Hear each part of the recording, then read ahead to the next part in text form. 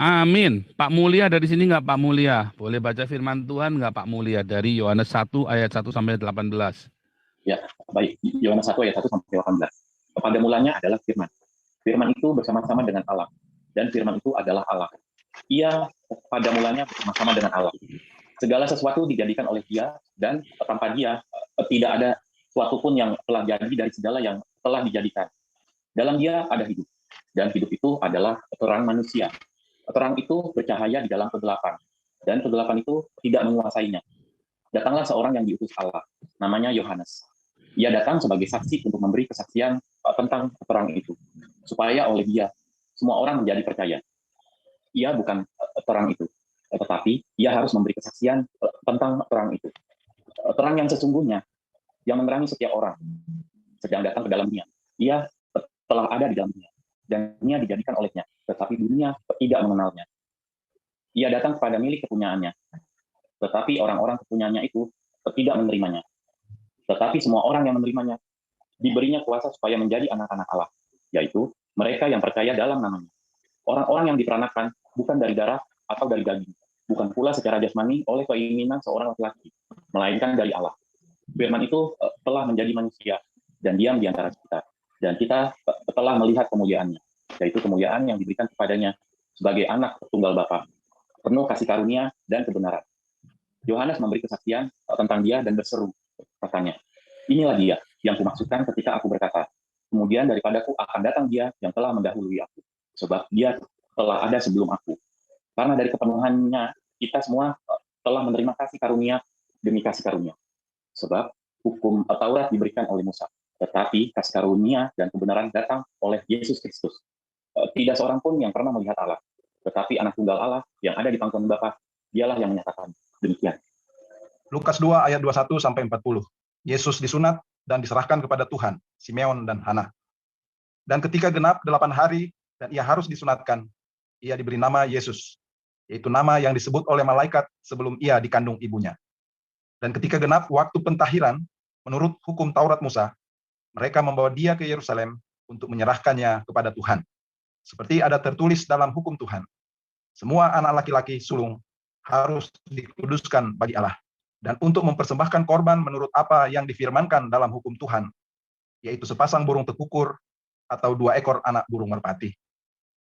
Adalah di Yerusalem seorang bernama Simeon, yang benar dan saleh, hiburan bagi Israel. Roh Kudus ada di atasnya, dan kepadanya telah dinyatakan oleh Roh Kudus bahwa ia tidak akan mati sebelum ia melihat Mesias, yaitu Dia yang diurapi Tuhan. Ia datang ke bait Allah oleh Roh Kudus ketika Yesus, anak itu, dibawa masuk oleh orang tuanya untuk melakukan kepadanya apa yang ditentukan hukum Taurat. Ia menyambut anak itu dan menatangnya sambil memuji Allah, katanya, sekarang, Tuhan, biarkanlah hamba-Mu ini pergi dalam damai sejahtera, sesuai dengan firman-Mu. Sebab mataku telah melihat keselamatan yang daripadamu, yang telah Engkau sediakan di hadapan segala bangsa, yaitu terang yang menjadi penyataan bagi bangsa-bangsa lain, dan menjadi kemuliaan bagi umat-Mu Israel. Dan bapa serta ibunya amat heran akan segala apa yang dikatakan tentang Dia. Lalu Simeon memberkati mereka dan berkata kepada Maria, ibu anak itu, sesungguhnya anak ini ditentukan untuk menjadi suatu tanda yang menimbulkan perbantahan, dan suatu pedang akan menembus jiwamu sendiri, supaya menjadi nyata pikiran hati banyak orang. Lagi pula di situ ada Hana, seorang nabi perempuan, anak Fanuel dari suku Asyer. Ia sudah sangat lanjut umurnya. Sesudah kawin, ia hidup 7 tahun lamanya bersama suaminya. Dan sekarang ia janda dan berumur 84 tahun. Ia tidak pernah meninggalkan bait Allah, dan siang malam beribadah dengan berpuasa dan berdoa. Dan pada ketika itu juga datanglah ia ke situ dan mengucap syukur pada Allah dan berbicara tentang anak itu kepada semua orang yang menantikan kelepasan untuk Yerusalem. Dan setelah selesai semua yang harus dilakukan menurut hukum Tuhan, kembalilah mereka ke kota kediamannya, yaitu kota Nazaret di Galilea. Anak itu bertambah besar dan menjadi kuat, penuh hikmat, dan kasih karunia Allah ada padanya. Demikian firman Tuhan. Oke. Ya. Satu, saudara harus membedakan Tuhan dengan Allah. Ya, kata Tuhan dengan Allah. Saudara harus bisa membedakan dengan jelas sekali bedanya Tuhan dengan Allah. Tuhan dan Allah. Tuhan ini ya Lord, Kyrio, Adonai, Rab, bahasa Arab, ya. Allah ini God, Theos, ya, Elohim atau El, ya, dan ya Allah ya dalam bahasa Arab.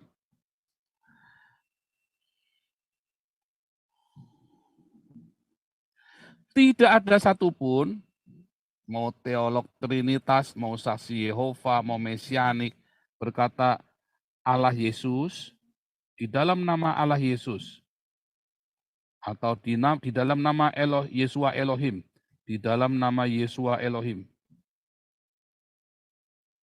Enggak ada, saudaraku. Adanya di dalam nama Tuhan Yesus.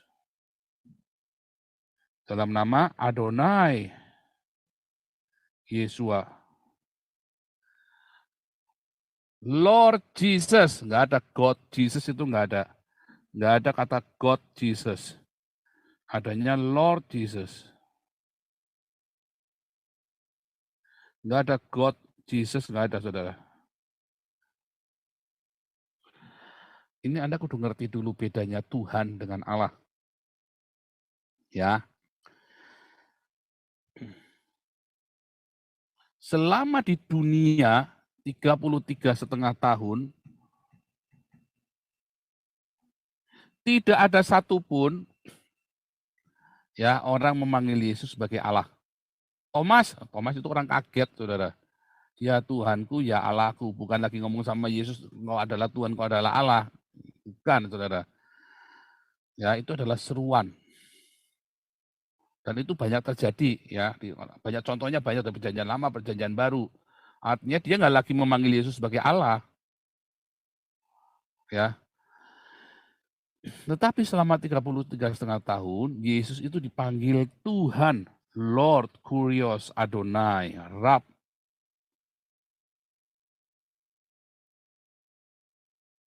Karena dia manusia biasa. Selama 33,5 tahun, Yesus harus manusia biasa. Harus, saudara, karena itulah misinya Yesus untuk mati. Loh, kalau Allah, ya Allah nggak bisa mati, gimana Allah mau mati, saudara? Allah nggak bisa mati, ya. God nggak bisa mati, Theos nggak bisa mati. Tapi Yesus karena dia manusia biasa, maka dia bisa mati. Itu penting, saudara. Ya, itu Anda kudu ngerti konsep ini dulu. Kalau Anda nggak ngerti, aduh nanti Anda jadi bingung membedakan Tuhan dengan Allah. Selama 33,5 tahun. Tetapi kemudian ketika Yesus naik ke surga, ya, Yesus kemudian menampakkan diri kepada Yohanes di Pulau Patmos. Dia berkata, "Aku Allah." Ya, ada di mana? Ada di Wahyu, saudara. Setelah Yesus naik ke surga, baru dia ngomong. Wahyu 1 ayat 7, Wahyu 21 dulu ya. Ini mesti benar dulu nih ya. Ini kita balik ke konsep yang dulu ya. Ayat 6 dan 7.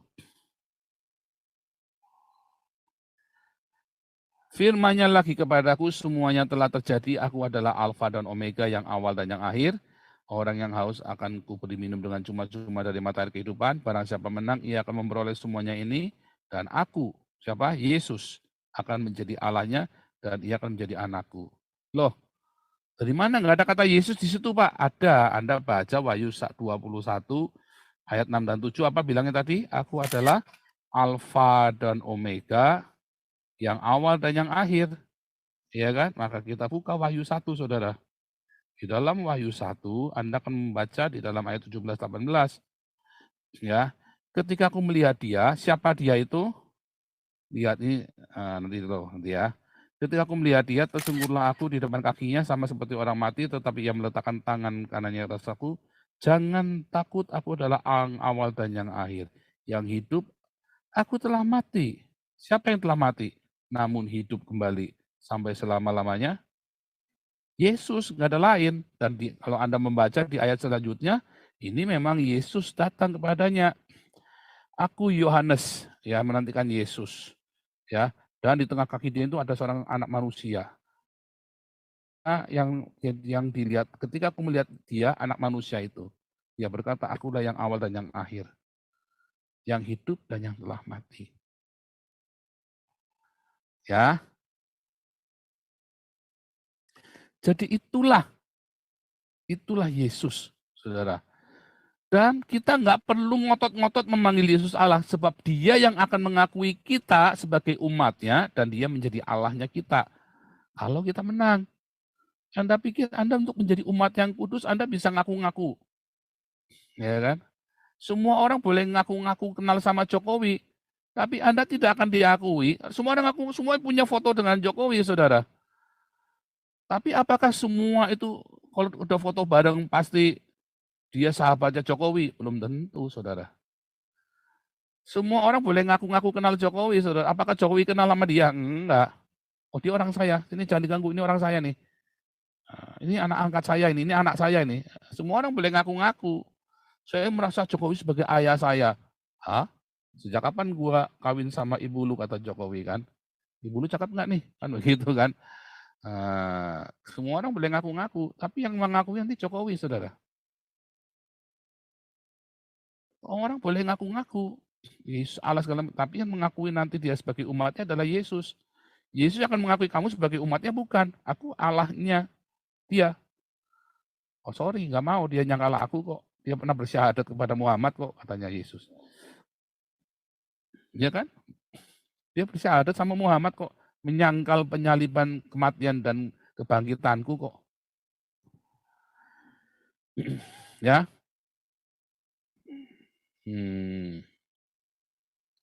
Jadi apa, saudara? Kita nggak usah ngoyo membuktikan Yesus adalah Allah, walaupun Yesus adalah Allah sendiri.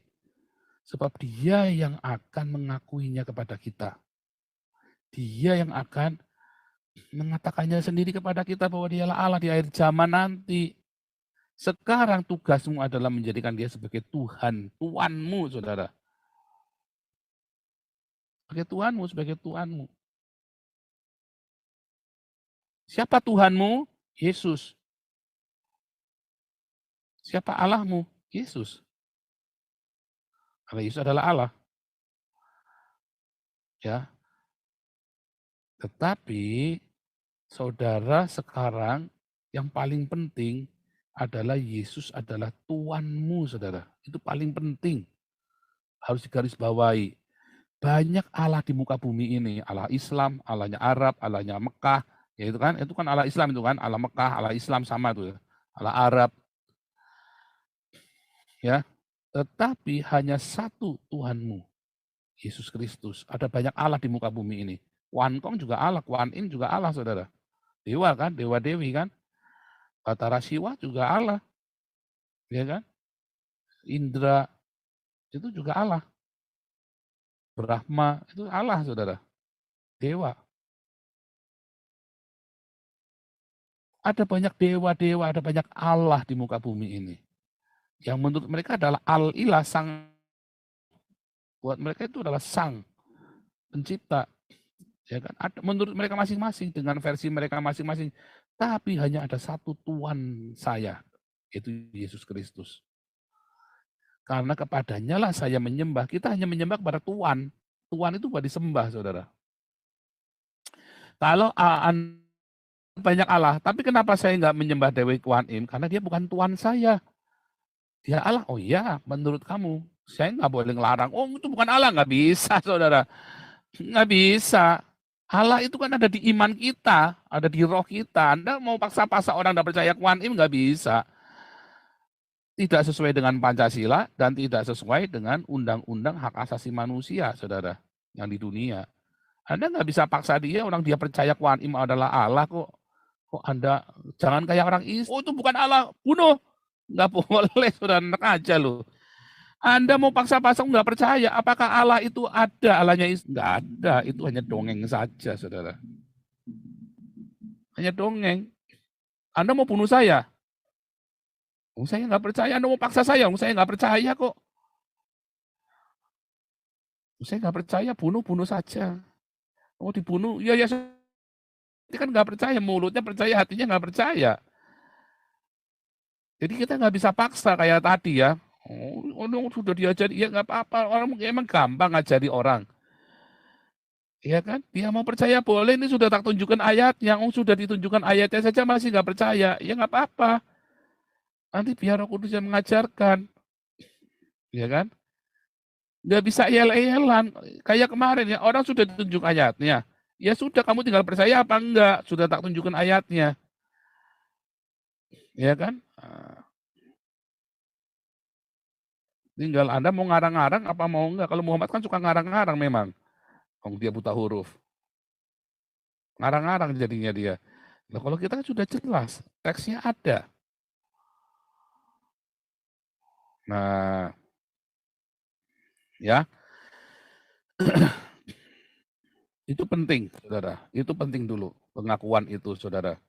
Yang paling penting adalah ada banyak Allah di muka bumi ini. Semua orang punya Allahnya masing-masing. Tapi hanya ada satu Tuhan, majikan, tempat kita menghamba yang menjadi Tuhanmu. Allah Islam itu yang menjadi Tuhanmu. Siapa menjadi Allahmu? Ya, siapa yang menjadi Allahmu? Kuan Im? Ya. Apakah Anda menyembah Kuan Im? Enggak, Pak, karena dia bukan Tuhan saya. Iya. Kepada siapa Anda berbakti? Oh, saya berbakti kepada Kuan Im. Ya berarti dia Tuhanmu. Berarti Kuan Im ini adalah Tuhan bagimu. Karena Anda berbakti kepada Kuan Im. Melakukan semua perintah-perintahnya. Makanya Yesus berkata, Anda tidak bisa mengabdi kepada dua Tuhan. Ya. Anda harus menyembah kepada Tuhan yang adalah Allahmu. Siapa? Kita menyembah Yesus. Para rasul menyembah Yesus. Karena Yesus adalah Tuhannya. Yesus berkata, kamu memanggil aku guru dan Tuhan. Tepat katamu, sebab akulah gurumu, akulah Tuhanmu. Itu penting ya. Jangan sampai Anda lewat masalah definisi ini. Bingung nanti Anda. Itu definisi ya. Supaya Anda tahu bedanya Tuhan dengan Allah. Lalu, nah ini ada yang menanya nih dengan bodohnya nih ya. Siapa yang mencabut nyawa Yesus? Katanya dia Allah. Siapa yang bisa mencabut nyawa Yesus? Enggak ada, Saudara. Ya. Tidak ada satupun yang bisa mencabut nyawa Yesus. Ayatnya di mana, Saudara? Nah, kita share lagi ya. Katanya dia Allah. Siapa yang bisa mencabut nyawa Yesus? Siapa yang bisa mencabut nyawa Yesus? Iblis kah? Setan kah, Saudara?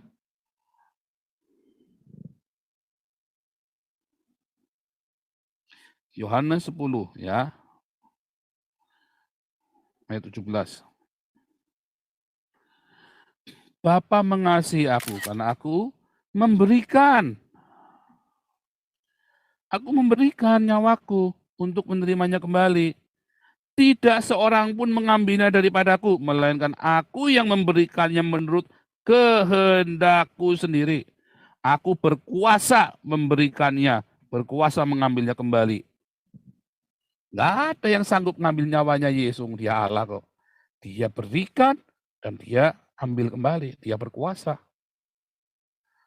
Ya, dia berkuasa memberikannya dan dia berkuasa mengambilnya, bukan iblis, mana sanggup. Dia berkuasa memberikan nyawanya dan dia berkuasa mengambilnya kembali. Makanya, Saudara, Anda harus ngerti ini konsep ini. Semuanya ada tertulis di Alkitab, Saudara. Aku berkuasa memberikan jiwaku dan mengambilnya kembali, kata Yesus. Kata nyawa dikata suhe ya, jiwa. Aku berkuasa memberikan jiwaku ke Hades dan mengambilnya kembali. Siapa yang mencabut nyawanya anak-anak para mu'alaf yang bekas ngaku-ngaku bekas pendeta? Kenapa anaknya mati, Saudara? Karena mereka ngaku-ngaku bekas pendeta, Saudara. Bekas pastor, bekas biarawati. Artinya mereka mengaku saya sudah menikmati lebih dari kalian semua. Beda kalau Anda bekas orang kelenteng jadi mualaf, itu no problem saudara, nggak urusan. Tapi Anda ngaku-ngaku bekas biarawati, bekas pendeta, ya kayak Hani Christian ya, diralat ya. Tadinya dia ngaku-ngaku bekas pendeta, setelah dibongkar sama Yudi Mulyana, baru dia ngaku-ngaku bekas penginjil. Sama saja saudara, penginjil, pendeta, gembala, biarawati, sama saja Anda sudah menikmati. Sampai si Stephen Indra, makanya anaknya mati saudara. Dia tahu tentang hukum, ya, bahwa Allah menyerahkan anak yang tunggal dan kamu sia-siakan. Makanya anaknya mati saudara. Stephen Indra, Ani Christian, Irena Andono, Yaya Waloni, iya kan? Ngaku-ngaku bekas pendeta kan? Anaknya mati, diambil. Siapa yang ambil? Itu iblis. Ya. Bagaimana dengan Tuhan Yesus dan orang Kristen? Enggak, kita serahkan nyawa kita. Kita yang menyerahkan kepada Tuhan Yesus. Kalau Tuhan Yesus, ya, dia yang memberikan, dia yang mengambilnya kembali. Kalau kita nggak punya kuasa, Tuhan Yesus yang mengambil nyawa kita. Kalau di dalam Tuhan, ya, artinya kita bawa ke paradiso, ke surga. Lanjut. Makanya saudara, kalau Anda melihat selama 33,5 tahun, Yesus adalah manusia biasa, saudara. Ya, yang punya jenis kelamin. Kalau nggak punya jenis kelamin, maka transgender bingung nanti orang. Karena Yesus adalah anak Allah. Dia harus berjenis kelamin, anak manusia maksudnya ya. Karena Yesus adalah anak manusia. Dan Yesus selalu berkata, aku anak manusia. Kalau Yesus tidak berjenis kelamin, dia setengah dewa, bisa jadi kan? Atau alien kan? Bagaimana alien bisa menebus manusia? Dia harus manusia normal, saudara. Yesus harus manusia normal, makanya ayatnya kita kembali ya, Yohanes 1. Ya, Yohanes 1 tadi ayat yang ke-14. Firman itu telah menjadi manusia. Ini penting, saudara. Logos, ya, geneto menjadi sarx. Sarx ini hawa nafsu, saudara. Daging dalam arti hawa nafsu, bukan daging tetelan. Nah, di Yohanes di dalam kebebalannya, dalam kebodohannya, dia ketawa, saudara, ketika saya bilang logos itu jadi sarx. Karena dia tidak belajar teologi ya. Dia nggak pintar, dia nggak ngerti bahasa aslinya. Dia cuma berpikir jadi antropon. Manusia itu antropon. Tapi ini jadi sarx, saudara. Dengan gramatikal yang sama, buah dari daging. Buah dari sarx adalah kemarahan, hawa nafsu, kebencian. Artinya Yesus ya adalah logos yang menjadi sarx. Dia punya nggak kemarahan? Punya, saudara. Dia punya nggak kebencian? Ada, saudara. Dia punya nggak hawa nafsu seks? Ada. Jangan bilang nggak ada, saudara. Dan itu penting. Salah nggak kemarahan itu? Nggak salah, saudara. Yesus pernah marah-marah di bait suci kok. Ya kan? Tetapi ada yang berbeda. Nah, ya. Yesus itu menjadi sarx, tetapi Yesus tidak dituntun, tidak dipimpin oleh sarx, tidak dikuasai oleh sarx, tidak dikuasai oleh hawa nafsunya. Ya.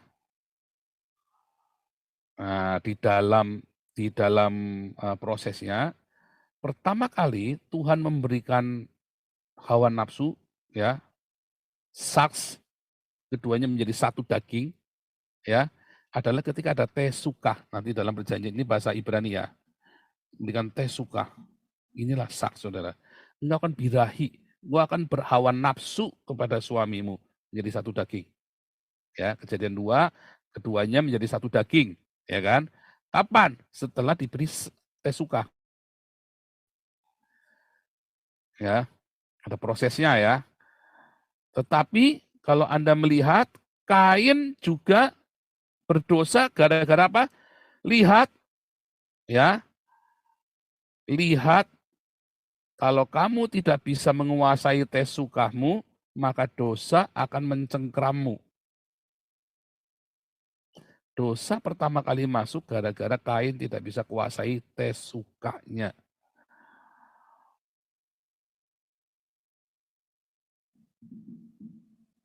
Penting ya. Lihat. Galatia 5. Ayat 22 dulu ya. Tetapi buah roh. Bentar. Nah. Tetapi buah roh ialah kasih, sukacita, damai, sejahtera, kesabaran, kemurahan, kebaikan, kesetiaan, kelemah lembutan, penguasaan diri. Tidak ada hukum yang menentang hal itu. Itu buah roh, saudara. Lalu perbuatan daging. Inilah perbuatan daging. Ya, percabulan, kecemaran, hawa nafsu. Ini perbuatan daging, saudara. Sekarang kita lihat. Ayat 16. Hiduplah oleh roh, maka kamu tidak akan menuruti keinginan daging. Sarx. Yesus adalah logos yang menjadi sarx. Tetapi dia tidak mengikuti, tidak menuruti keinginan sarxnya. Punya nggak sarx? Punya, saudara. Ada hawa nafsu? Ada. Tetapi ia tidak menuruti hawa nafsunya. Mengapa? Karena ia dipimpin oleh roh. Orang-orang yang dipimpin oleh roh tidak akan menuruti dagingnya dia. Kalau Anda hidupnya tidak dipimpin oleh roh, Anda akan mati-matian berjuang melawan daging Anda.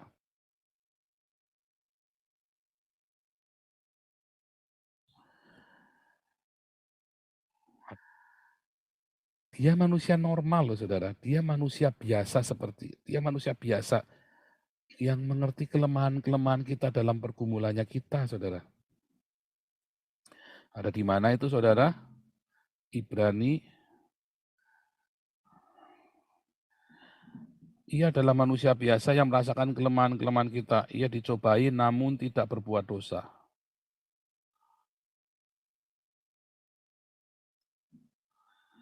Ya. Sebab imam besar yang kita punya, kan Yesus sebagai imam besar. Ya, jelek nih. Ya.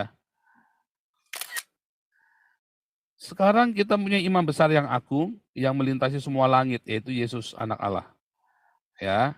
Sebab imam besar yang kita miliki, yang kita punya, bukanlah imam besar yang tidak dapat merasakan apa? Kelemahan kita, saudara. Sebaiknya sama dengan kita, ia dicobai, hanya tidak berbuat dosa. Ia dicobai, saudara. Tapi nggak berbuat dosa. Artinya dia juga tahu rasanya pergumulan di dalam masalah seksual. Dia tahu pergumulan di dalam masalah-masalah kehidupan sehari-hari, kemarahan, kebencian, dan segala hal, semua perasaan-perasaan tadi, kedengkian. Tetapi ia tidak berdosa. Mengapa? Karena ia menguasai tes sukanya. Seperti Kain, ya, Kain ini kan. Ayatnya banyak ya, saya tunjukkan kepada Anda. Lihat ya. Apakah kamu tidak akan bersedih jika engkau berbuat baik? Jika engkau tidak berbuat baik, dosa ya sudah ini mengintip ya, menerkam ya. Ia sangat suka, saudara. Tetapi engkau harus berkuasa atasnya. Gara-gara dia tidak berkuasa atas suka, dosanya itu mencengkram hidup manusia, saudara. Ya, Yesus menguasai tes suka. Mengapa? Hiduplah oleh roh. Yesus hidupnya dipimpin oleh roh. Ya kan? Yesus hidupnya dipimpin oleh roh, saudara. Ayatnya di mana, saudara? Yesus dipimpin oleh roh. Di dalam Lukas 4. Yesus yang penuh dengan Roh Kudus. Yesus penuh dengan Roh Kudus, lalu dibawa oleh Roh Kudus. Dia ngikutin apa Roh Kudus berkata, saudara. Orang-orang yang mengikuti tuntunan Roh Kudus, dia tidak perlu berjuang lawan dagingnya lagi. Itu hilang sendiri dengki, itu benci hilang sendiri. Itu kemarahan hilang sendiri. Ya kan, boleh nggak marah? Bisa. Tetapi dia tidak akan berdosa karena kemarahannya. Karena dia nggak akan berlarut-larut. Kata Paulus, kalau marah sebelum matahari tenggelam, selesai. Yesus nggak marah-marah, saudara, dan tidak memendam kemarahan. Marah ketika dia mengusir orang-orang di bait suci yang jualan. Tapi nggak marah-marah terus, ngoceh-ngoceh, ngomel-ngomel, ngeromet-ngeromet, enggak, saudara. Karena dia menguasai, boleh nggak marah-marah. Orang punya hawa nafsu, tetapi hawa nafsu itu dia kendalikan. Bukan dipres ya, dikendalikan, dimanage. Karena sebetulnya hawa nafsu itu adalah karunia dari Tuhan. Ketika Tuhan memberikan tes suka kepada Hawa, itu adalah berkat loh, bukan kutuk. Tetapi kita harus kendalikan hawa nafsu itu, saudara. Tes sukanya itu harus dikendalikan.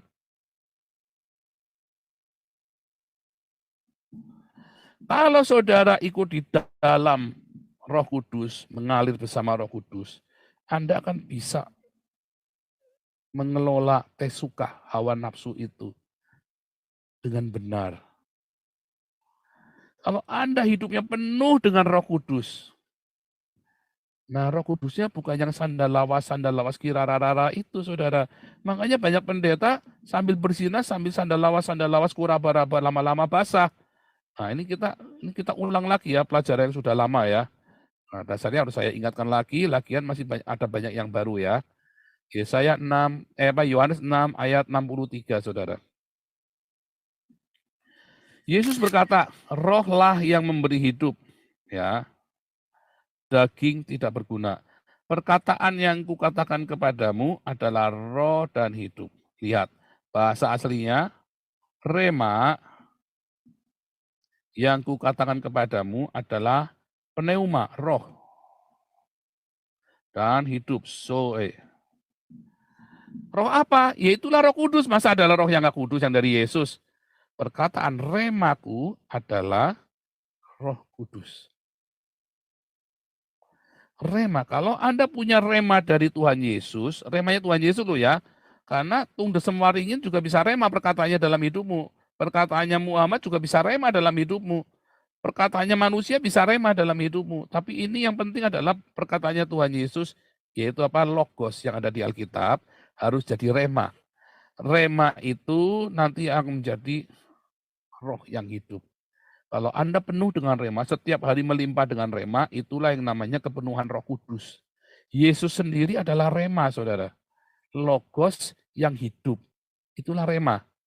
Logos yang hidup, itulah rema. Firman Allah yang hidup, itulah rema.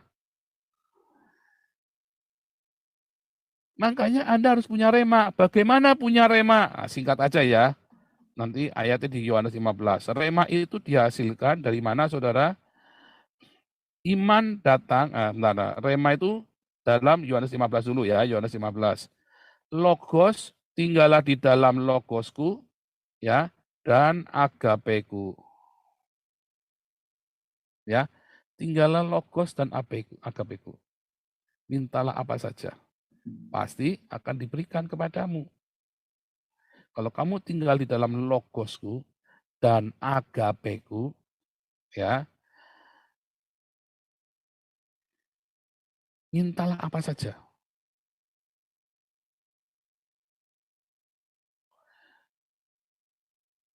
Ya kan?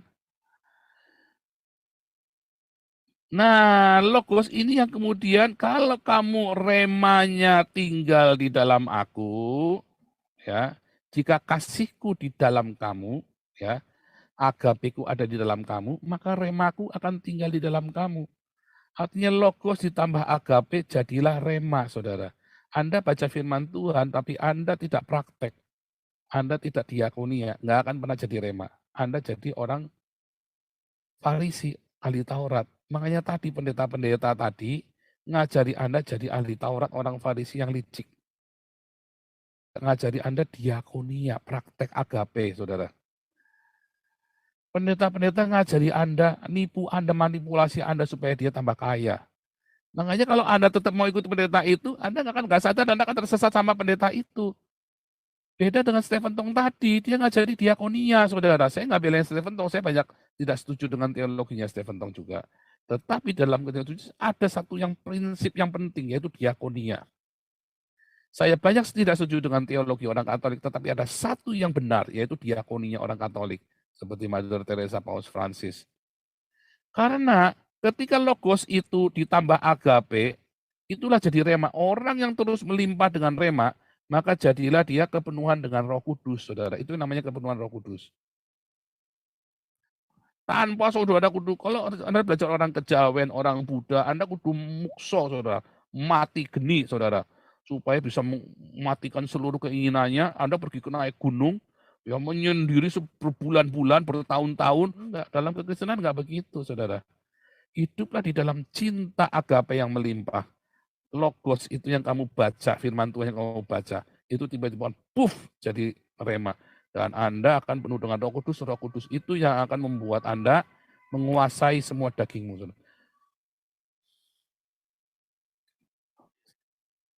Nah, sekarang kita lanjut ya. Di dalam Matius tadi ya. Dikatakan di dalam Lukas tadi ya, di dalam Lukas 2. Ya, di dalam Lukas 2 ya, Yesus disunat. Ketika genap 8 hari ia disunat. Ini penting, saudara. Pertanyaannya, Muhammad disunat enggak? Karena orang Quraisy itu enggak disunat. Orang Quraisy itu enggak disunat, saudara. Mana ada orang Quraisy sunat?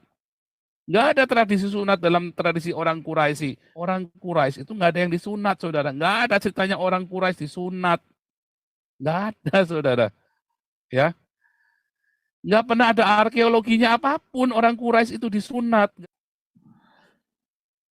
Artinya Muhammad tidak menggenapi Torah sama sekali. Karena Yesus adalah sebuah nubuatan, penggenapan dari nubuatan yang ada di dalam kitab Torah dan kitab para nabi. Itu ya. Tuhan Yesus memberkati, luar biasa, saudara.